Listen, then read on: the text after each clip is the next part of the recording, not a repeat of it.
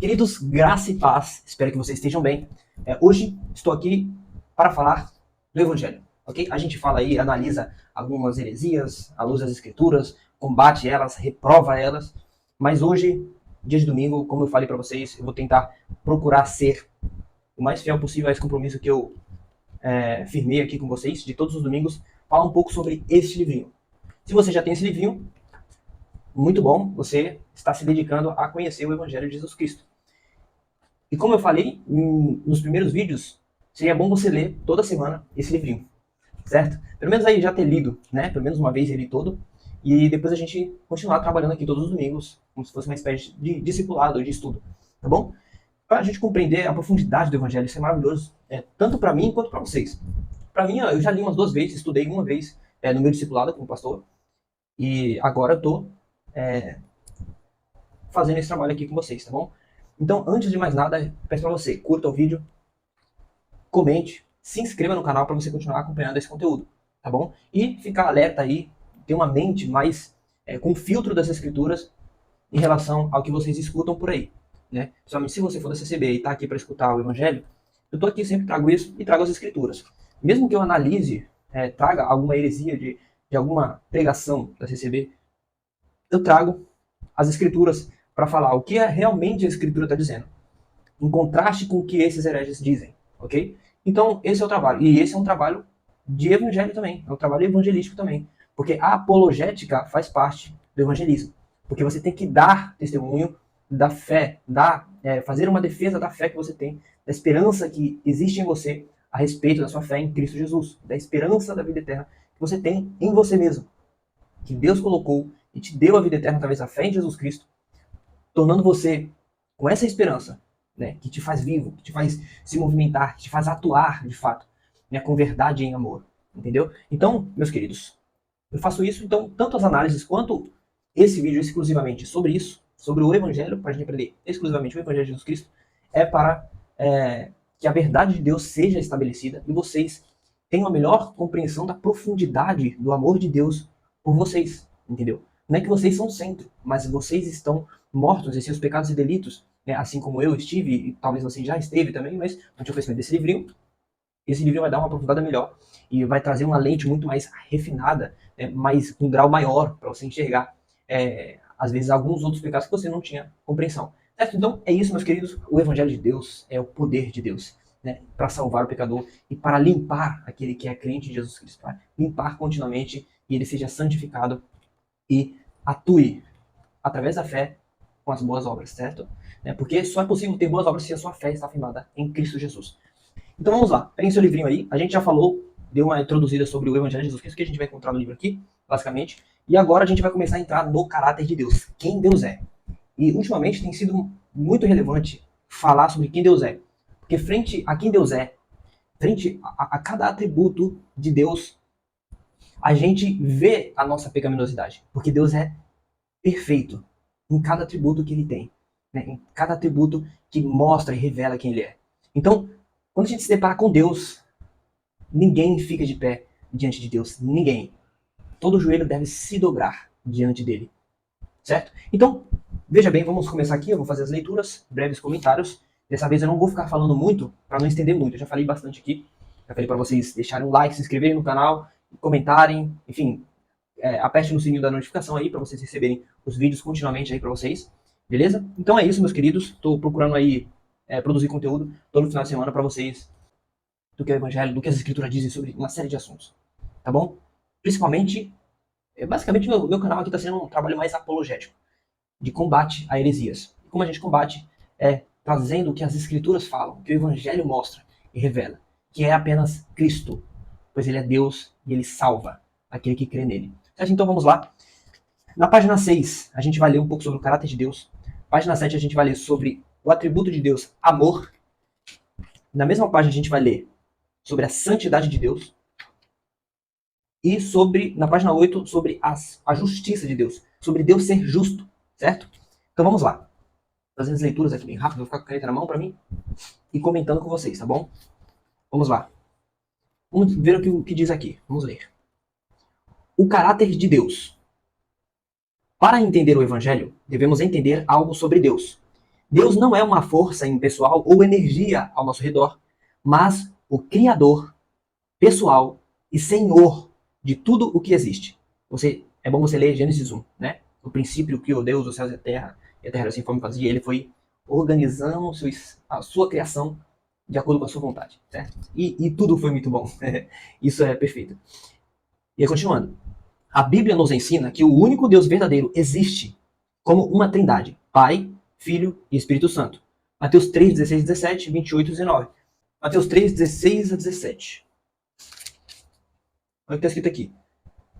Batizado Jesus, saiu logo da água, e eis que se lhe abriram os céus, e viu o Espírito de Deus descendo como pomba, vindo sobre ele. E eis uma voz dos céus que dizia: Este é meu filho amado, em quem me comprazo. Veja que no versículo 16 e 17 a gente vê Jesus, batizado Jesus.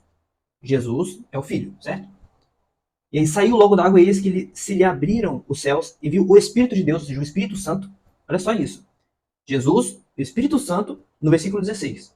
E no versículo 17 diz assim: Eis que uma voz do céu que dizia: Este é meu filho. Ou seja, se está falando é meu filho, logo é o Pai. Então, Deus Pai se refere a Jesus, que está saindo da água, como seu filho. E ali, Jesus Cristo veio sobre ele o Espírito de Deus, que é o Espírito Santo. Então a gente vê a presença da Trindade aqui. Isso é maravilhoso, não é mesmo? E o outro versículo é Mateus 28, 19. Mateus 28, 19. Ide, portanto, fazei discípulos de todas as nações, batizando-os em nome do Pai, e do Filho e do Espírito Santo. Vê aqui? O batismo é feito sob a Trindade. Ou melhor, na Trindade. Toda pessoa que batiza, ela é batizada na Trindade. Ou seja, quando a pessoa batiza é porque ela creu em Jesus Cristo. Logo, a Trindade está de acordo com aquele ato, com aquela ordenança que Deus ordenou. Né? A ordenança que Deus ordenou, bem redundante, mas enfim. Vamos lá. Então, continuando a leitura aqui do livreto. Vocês viram que a presença da Trindade, né? A Bíblia nos ensina que o único Deus verdadeiro existe como uma Trindade. Pai, Filho e Espírito Santo. Continuando. Eles são três pessoas distintas que se diferenciam uma das outras. E ainda assim são um ser, não três. João 10, 30 e 33. Eu e o Pai somos um. Isso é Jesus afirmando, hein? Novamente pegaram os judeus em pedras para lhe atirar. Disse-lhes Jesus: Tenho-vos mostrado muitas obras boas da parte do Pai. Por qual delas me apedrejais? Responderam-lhe os judeus: Não é por obra boa que te apedrejamos, e sim por causa da blasfêmia, pois sendo tu homem, te fazes Deus a ti mesmo. Isso é incrível, né? Porque Jesus Cristo, que é o Deus Filho, estava afirmando que ele e o Pai eram um. Ou seja, ele estava afirmando que ele também era Deus. Então vamos continuar. Eles compartilham a única essência divina com as mesmas qualidades divinas. Devido a estas qualidades que tornam Deus único, para que os pecadores sejam salvos, ele requer um sacrifício para o pecado. Olha que interessante. Devido a essas qualidades, olha lá, eles compartilham a única essência divina com as mesmas qualidades. Olha aí, grava essa palavrinha. Qualidade. Qualidades divinas. Que são qualidades, características, atributos, aquilo que caracteriza Deus. Aquelas características que revelam quem Deus é. Né? Então, devido a essas qualidades, que tornam Deus único, para que os pecadores sejam salvos, ele requer um sacrifício. Grava essa palavrinha. Sacrifício para o pecado. Portanto, para entender a necessidade da morte de Cristo, devemos saber mais sobre o caráter deste Deus trino, certo? Então, para nós entender a necessidade da morte de Cristo, devemos saber mais sobre o caráter deste Deus trino, certo? Então, beleza. Então, a gente vai entrar aqui nos atributos. Deus é amor. Vamos falar sobre Deus é amor agora, certo? Vou preparar aqui 1 João. Se você tem Bíblia, pode abrir sua Bíblia aí, tá bom? 1 João 4, 8. Deus é amor. A Bíblia nos ensina que Deus é amor. 1 João 4, 8. Que está escrito aqui. Aquele que não ama não conhece a Deus, pois Deus é amor. Continua. E que seu amor o move a entregar-se livre e abnegadamente aos outros para o benefício ou bem deles. Viu que eu falei? Que Deus ama você nesse sentido? Né? É importante entender que o amor de Deus é muito mais do que uma atitude. Entende? Não é uma simples ação, não é simples atitude como nós humanos fazemos. A gente ama e a gente demonstra isso em atitudes. Né? Deus já é diferente. Aí o Posher, ele traz essa ressalva de que é importante a gente entender que o amor de Deus é muito mais do que uma atitude. Uma emoção, né? A gente acha que a gente ama porque a gente tem um sentimento por alguém. Né? Não é uma emoção, porque as emoções são instáveis, os sentimentos são instáveis. Uma hora você gosta da pessoa, daqui a pouco aquele sentimento de prazer de estar com a pessoa ali, ele tá meio fraco. Então, mudou o sentimento. Às vezes você tá com raiva da pessoa, às vezes não. Tá. O amor não tem a ver com isso. Então, enfim. E aí continua. O algo que ele faz. Não é algo que Deus faz. Nossa, isso aqui é demais, cara. Aí a gente começa, pô, então o que é amor? Pelo amor de Deus. Aí o Porsche vai explicar. Em vez disso, o amor é um atributo de Deus.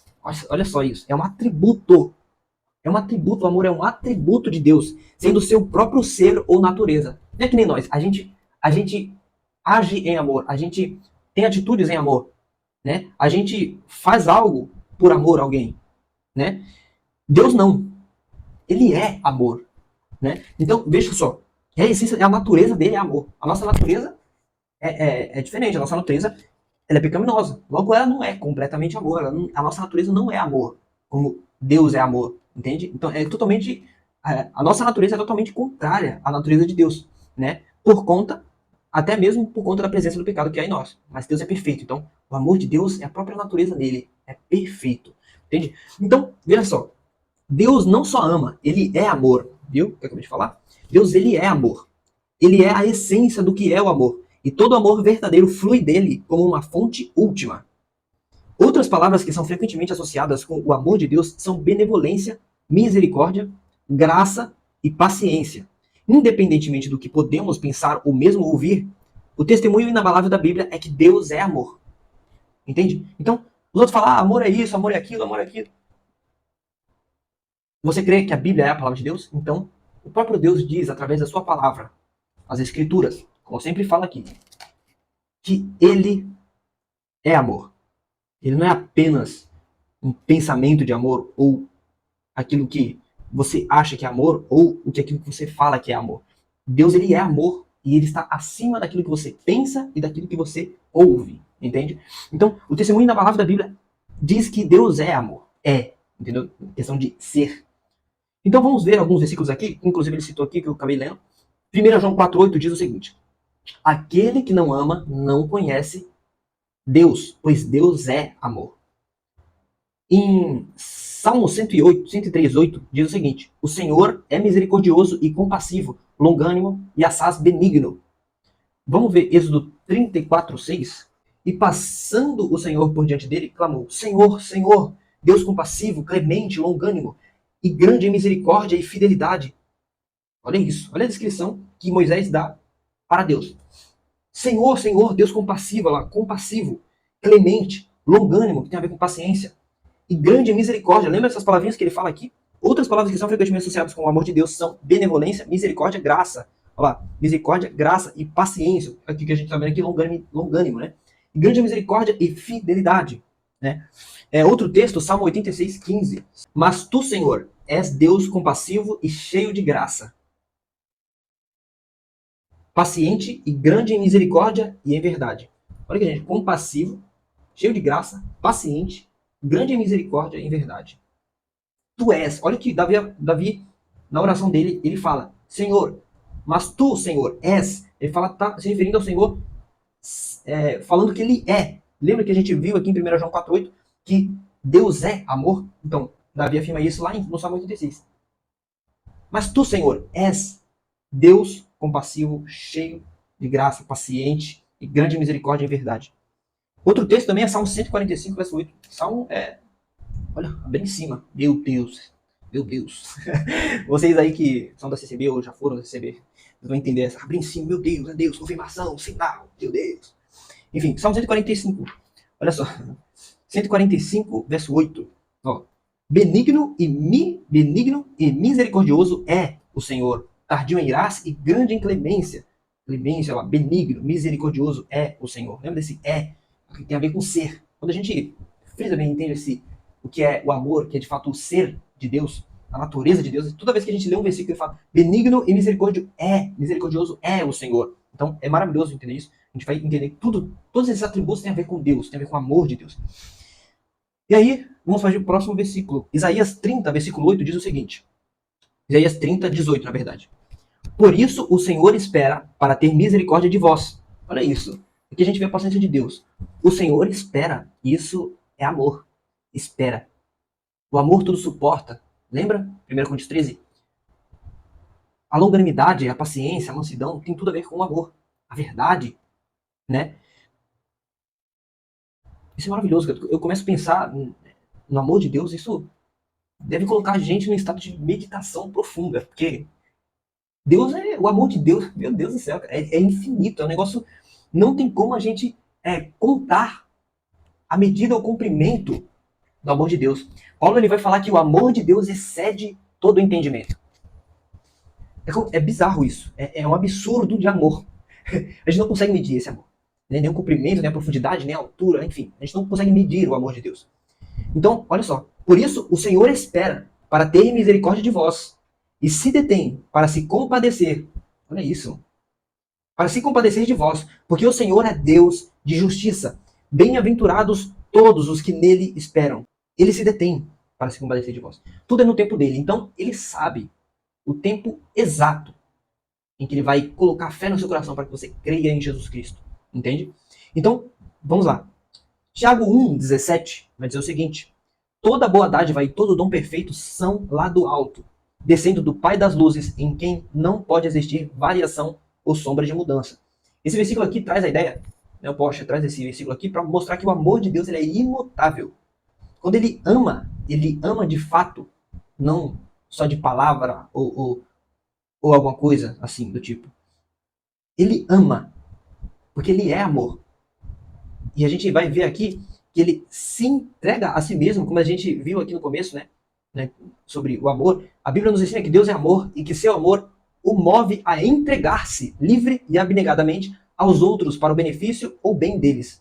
Então Deus é amor porque ele se entrega por você para que você tenha algum benefício ou para que você desfrute ou deleite-se no amor de Deus. Entende?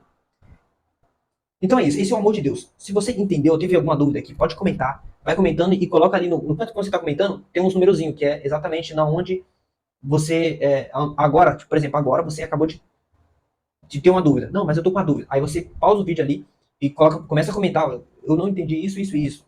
E aí clica no numerozinho bem no canto direito, na parte inferior, tá bom? Na caixinha do comentário.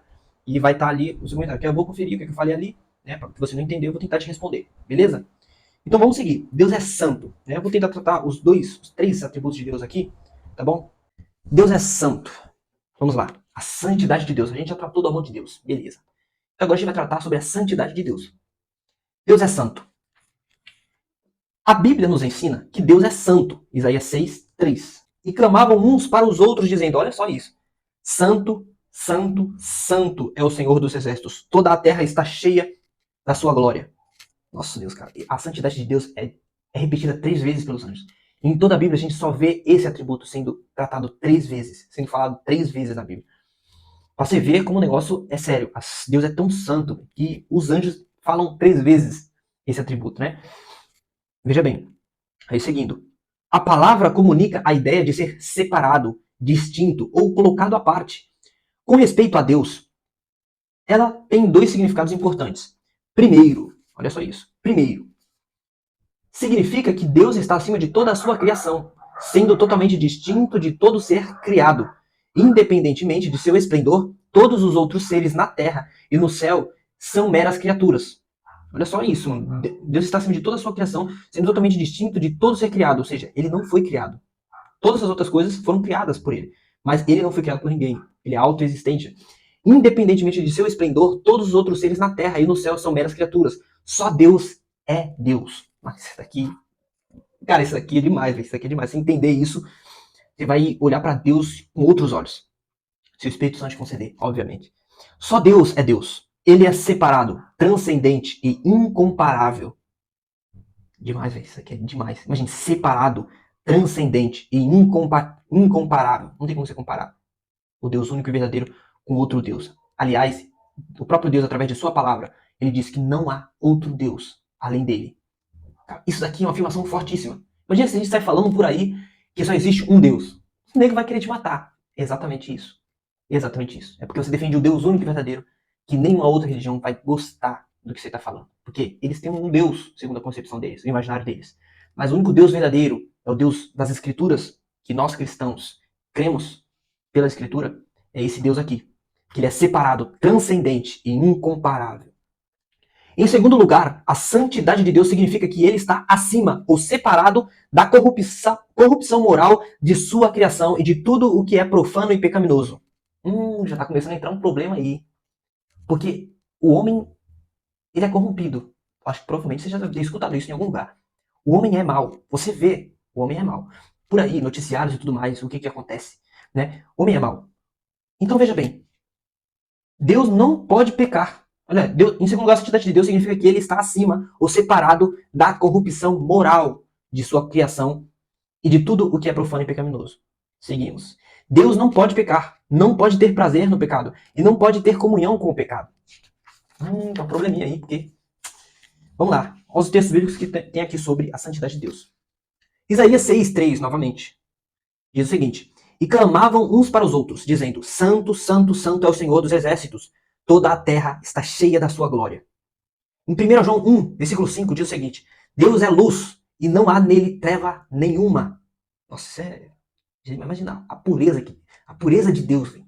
Imagina, mano, é um negócio que vai além da nossa compreensão, né? Abacuque, o profeta Abacuque, no capítulo 1, versículo 13, ele diz o seguinte: Tu és tão puro de olhos, olha isso, velho.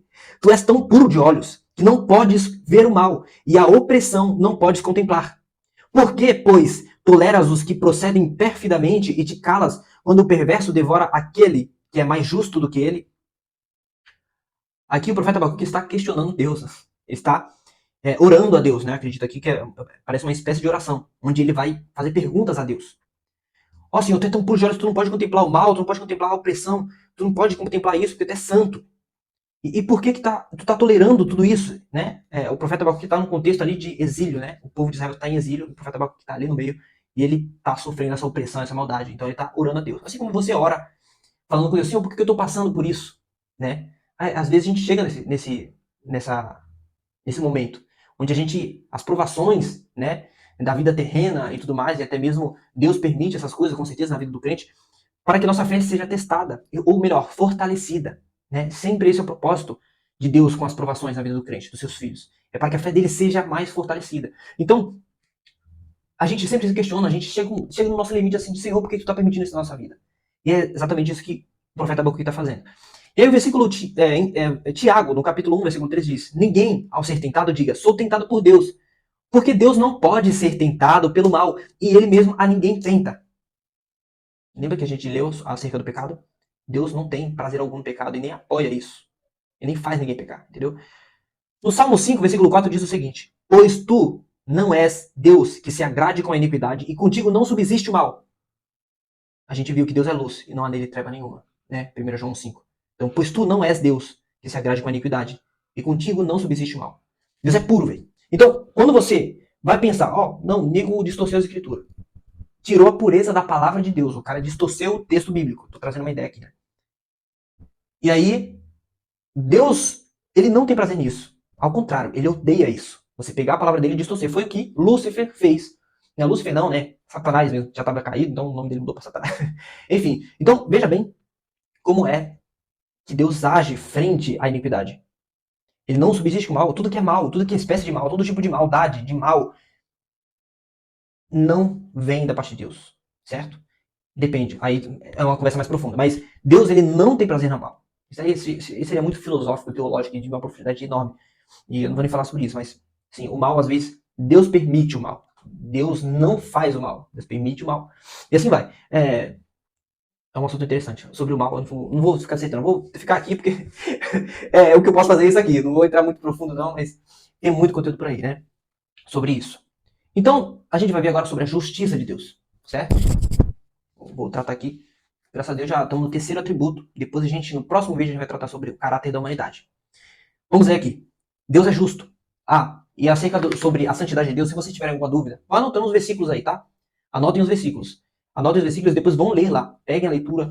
De vez em quando acordem de manhã. Coloquem lá. Amor. Todos os textos bíblicos. Deus é amor. Todos os textos bíblicos que eu citei aqui. Medita naqueles versículos. Ali você vai estar começando a fazer o seu devocional, né? De forma bíblica, de forma correta, né? Onde você vai meditar no amor de Deus. Depois você pega e coloca Deus é santo. E você vai os textos bíblicos que eu citei aqui, você vai anotar ali, vai pegar a Bíblia e vai ler no momento de silêncio, e meditando e falando com Deus, Senhor, obrigado pelo teu amor, né? Senhor, me faça entender a tua santidade com mais profundidade para que eu venha, que o temor a ti, Senhor, seja maior e mais profundo, né? Que a minha vida exale esse temor a ti em forma de amor, de temor ao Senhor, que é o princípio da sabedoria. Não é medo, é o temor a Deus, é o princípio da sabedoria. Quando você pensa, não, Deus é santo, Deus é justo, Deus é amor, então eu vou agir com temor. O que é agir com temor? É agir de uma maneira, vamos dizer que grata a Deus, por quem Deus é, por Ele ter nos amado e ter tido misericórdia com nós. Né? A gente teme a Deus porque Ele nos perdoa, sendo Ele justo, né? E a gente merecendo ser condenado. Deus, Ele nos salvou, Ele nos perdoou os pecados através de Jesus Cristo. Então a gente vai em gratidão e temor. Caramba, como que um Deus tão justo que poderia ter me condenado, me matado, e eu, em meus pecados, Ele me aceitou. Ele me aceitou, eu em meus pecados, e agora Ele está me limpando na caminhada. É isso, meus queridos, é isso. Então tá bom, vamos seguir aqui para a justiça de Deus. Deus é justo. Então vejamos, a palavra justo nos fala da excelência moral de Deus. Agora a gente vai entrar na questão moral de Deus, né? Justiça, né? Essa é uma das partes bem interessantes que logo em seguida você vai começar a meditar em algumas coisas que você vai falar, pô, mas esse é um dilema, pô, se Deus é justo, ele deveria punir todo mundo. Então vamos lá, né? Isso aí a gente vai discutir agora, no decorrer do livrinho a gente vai tratar disso aí, tá bom? A palavra justo nos fala da excelência moral de Deus. De acordo com a Bíblia, Deus é um ser absolutamente justo e age sempre de uma forma que é perfeitamente consistente com quem ele é. Não há nada de errado ou incorreto na natureza de Deus ou em suas obras.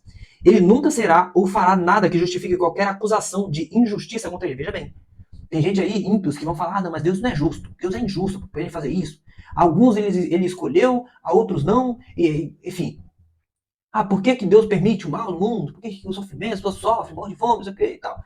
E aí, não tem nada a ver, não tem nada a ver, tá atribuindo coisas a Deus que não tem a ver com o atributo de justiça de Deus, certo? Deus é justo porque esse é o atributo de quem ele é. Né? E a gente vai continuar aqui para você entender. Suas obras, decretos e juízos são absolutamente perfeitos. Perfeito no sentido de completo. Não tem nada de lacuna que possa ser questionado, pois Deus ele é perfeitamente justo. Salmo 11, versículo 7 diz: porque o Senhor é justo, ele ama a justiça. Os retos lhe contemplarão a face. Deuteronômio 32,4 vai dizer: eis a rocha, suas obras são perfeitas, porque todos os seus caminhos são juízo. Deus é fidelidade, e não há nele injustiça. É justo e reto. Maravilhoso. A Escritura afirma categoricamente, de forma enfática, né, com muita ênfase, né, sobre a justiça de Deus, a fidelidade, a justiça, e afirma que nele não há nenhuma injustiça. Ele é justo e reto. E seguimos. A justiça de Deus não apenas descreve seu caráter, mas também a relação dele com sua criação, especialmente com a humanidade. Olha isso, agora ele vai começar a envolver a humanidade aqui. A justiça de Deus não apenas descreve seu caráter, mas também a relação dele. Olha, a relação dele com a humanidade e Deus. Qual é a relação de Deus com a humanidade? E a gente tem que lembrar do atributo de justiça. E aí dá ruim, meu filho, aí dá ruim. A relação dele com a criação, especialmente com a humanidade. A gente vai ver que é a humanidade. Meu Deus do céu. Daqui a pouco vocês vão ficar, assustados. De acordo com a Bíblia, Deus revelou sua vontade a todos os povos através de sua criação. A natureza, tudo que é criado. Né? Romanos 1,20. Porque os atributos invisíveis de Deus, olha que a gente está tratando aqui, os atributos invisíveis de Deus. Assim, o seu eterno poder, como também a sua própria divindade, claramente se reconhecem desde o princípio do mundo, sendo percebidos por meio das coisas que foram criadas, através da criação, o que ele está falando aqui. Tais homens são, por isso, indesculpáveis, porque Deus está se revelando e o homem não crê em Deus e não lhe é grato, certo? Versículo 32.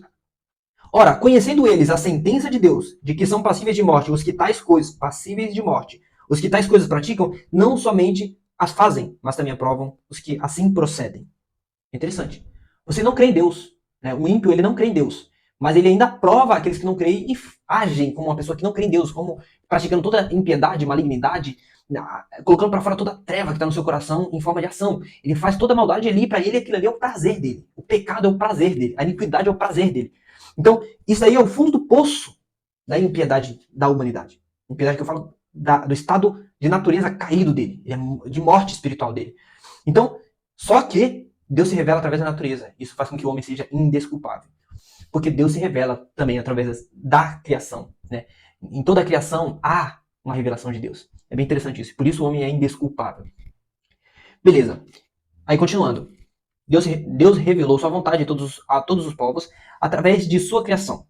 E também através de suas consciências. Romanos 2, 14, 16, olha só isso.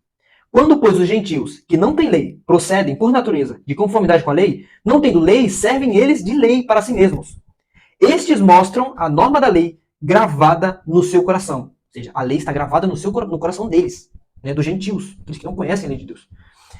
E essa lei, gravada no coração deles, testemunham a eles também a consciência e os seus pensamentos mutuamente, acusando-se ou defendendo-se. Né? A questão da consciência aqui, né? E também através de suas consciências. Deus se revela também na consciência do homem. Ele sabe o que ele está fazendo errado.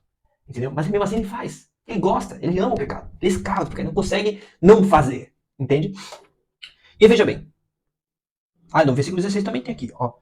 No dia em que Deus, por meio de Cristo Jesus, julgar os segredos dos homens, de conformidade com o meu evangelho. Né? Ou seja, Deus julgará todos os homens, por meio de Jesus Cristo, né? Todos os segredos dos homens, em conformidade com o evangelho. Né? Enfim, é duro, mas é uma verdade real. Né? Vamos continuar. Ele se revelou mais claramente por meio da sua palavra, a Bíblia. Salmo 19, 7 a 11. Vamos ler aqui. Olha o que está escrito. Davi escreve o seguinte. A lei de Deus é perfeita e restaura a alma. O testemunho do Senhor é fiel e dá sabedoria aos simples. Os preceitos de Deus são retos e alegram o coração. O mandamento do Senhor é puro e ilumina os olhos. O temor do Senhor é límpido e permanece para sempre. Os juízos do Senhor são verdadeiros e todos igualmente justos. São mais desejáveis do que ouro, mais do que muito ouro depurado, e são mais doces do que o mel e o destilar dos favos. Além disso, por eles se admoesta o teu servo, e em os guardar a grande recompensa. Ele se revelou mais claramente por meio de sua palavra, a Bíblia. E julgará cada pessoa de acordo com o padrão que tem sido revelado a eles. Virá um dia em que Deus julgará a todos de acordo com os mais estritos padrões de justiça e equidade, recompensando o bem que é feito e castigando o mal. Nossa, isso aqui. O dia do juízo será um dia bem. A gente não consegue nem imaginar, né? Mas será um dia de horror, ao mesmo tempo de alegria para aqueles que estão em Cristo. Salmo 9, 7 a 8 diz o seguinte. Eu acabei de ler. Mas o Senhor permanece no seu trono eternamente, trono que erigiu para julgar. Ele mesmo julga o mundo com justiça, administra os povos com retidão. Eclesiastes 12, 14 diz o seguinte. Porque Deus há de trazer a juízo todas as obras, até as que estão escondidas, quer sejam boas, quer sejam más. Isso aqui é forte, hein? Eu, o Senhor, esquadrinho o coração. Eu provo os pensamentos. E isto para dar a cada um segundo o seu proceder. Ou seja, Deus não vai te julgar conforme a tua ação, mas conforme a tua intenção. Vai muito além do que você acha. Não, mas eu não roubo, mas eu não mato, mas eu não adultero, mas eu não faço nada, não sou idólatra, não sei o quê. Mano, imagina, mas e o teu coração? E as tuas intenções?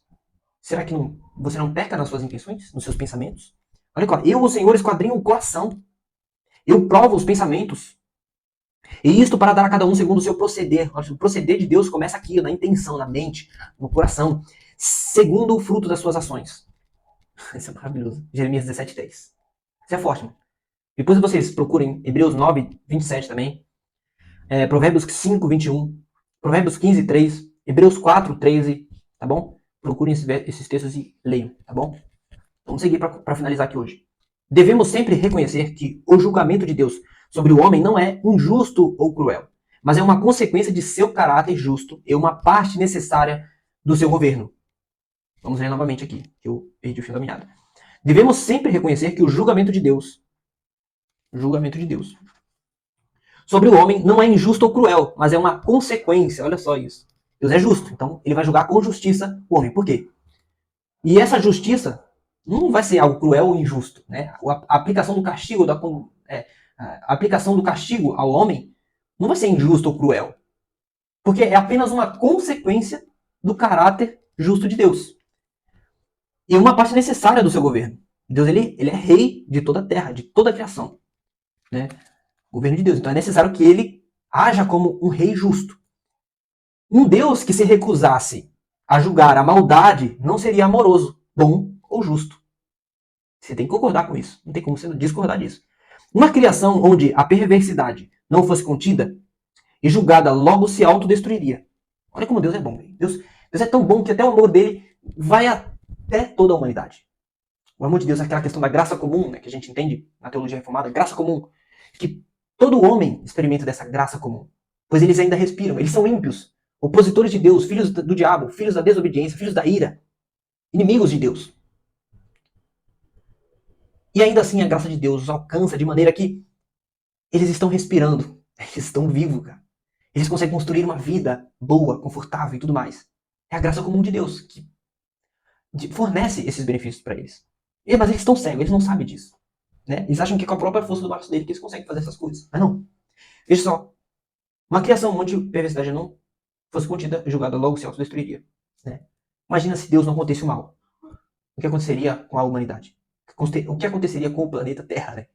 O ser humano é capaz de maldades extremas. Você já conheceu esse Deus? Uma coisa é falar de Deus, outra bem diferente é encontrar sua glória na Bíblia. Mas é na Bíblia que a gente encontra a glória de Deus. Entendeu? Quando Deus é verdadeiramente conhecido, toda a humanidade se torna como nada.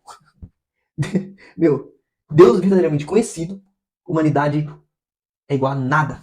Nada, nada. Você não é nada diante de Deus. O menor vislumbre, condição original e imaculada, o menor vislumbre de sua santidade nos humilha. Cara, imagina, você começa a contemplar a santidade de Deus. Você lembra que Isaías, no capítulo 6, ele fala, eu vi o Senhor. Ele não viu o Senhor diretamente, obviamente, né? Mas ele disse que viu os anjos diante de Deus e tal. E os próprios anjos, que são criaturas celestiais puras, eles tampavam o rosto, os pés, e voavam com duas asas. Por que tampavam o rosto? Porque a santidade de Deus era enorme. Entende? Era enorme. Meu, a gente não consegue compreender isso, velho. É só na glória, velho.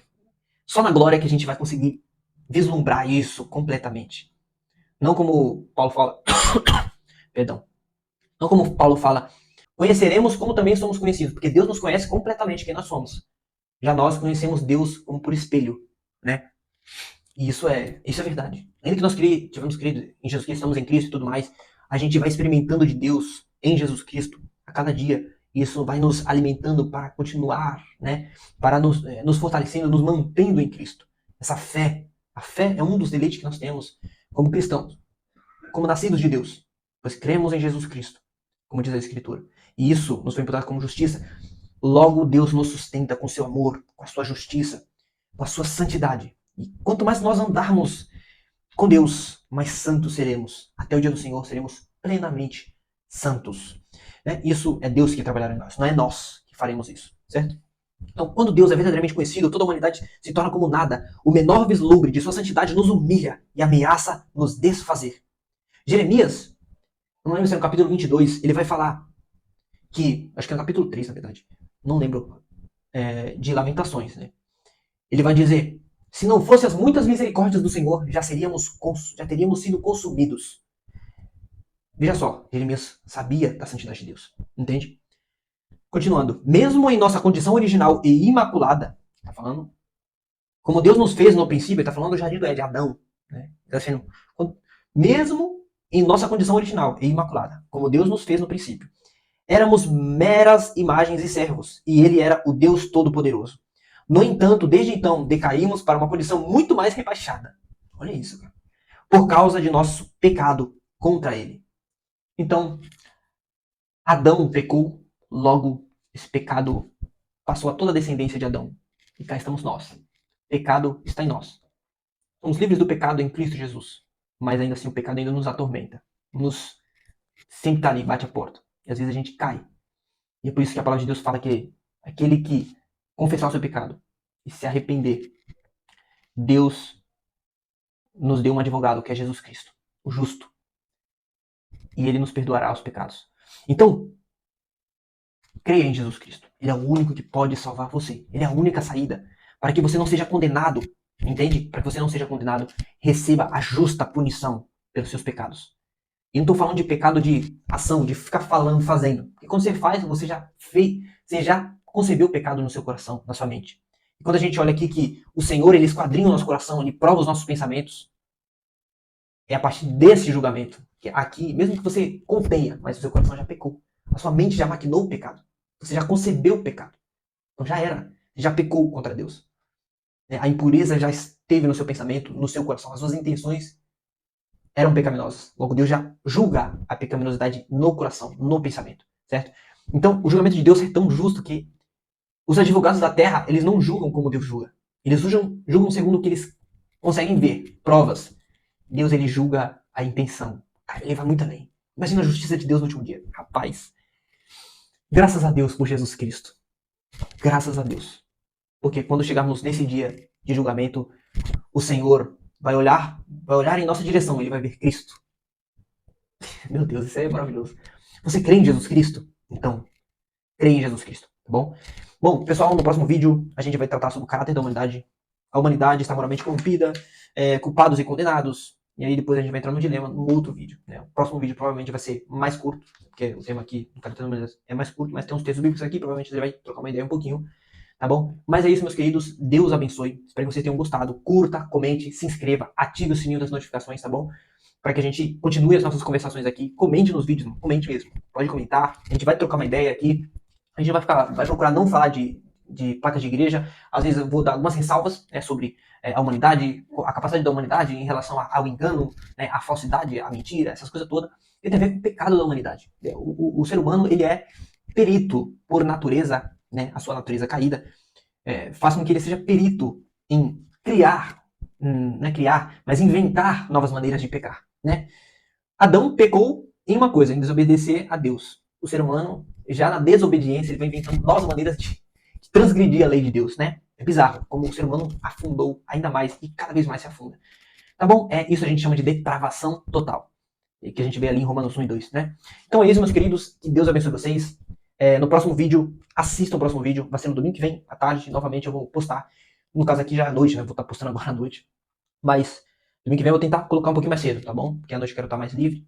Então, Deus abençoe e até o próximo vídeo. Acompanhe o canal, que eu posto outros vídeos aqui fazendo análises, às vezes durante a semana, eu posto alguns vídeos curtos, shorts, essas coisas.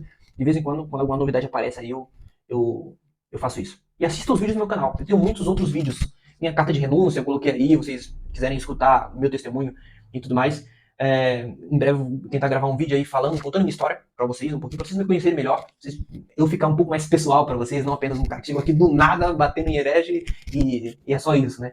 Tem que saber quem sou eu, e meu testemunho aí, minha conversão, tá bom? E eu digo que não faz muito tempo, faz pouco tempo que eu me converti, de fato criei no evangelho pra salvação, tá bom? Então é isso, Deus abençoe, até o próximo vídeo, curta, não se esqueça de curtir o vídeo, de comentar, ativar o sininho das notificações pra receber mais conteúdo e que esse conteúdo avance para mais pessoas. O YouTube jogue esse conteúdo e o coloque, né, faça esse conteúdo para mais pessoas e mais pessoas sejam edificadas pelo Evangelho de Jesus Cristo. Elas entendam quem Deus é, quem é o homem, qual é o estado do homem e o que ele precisa para ser salvo, tá bom?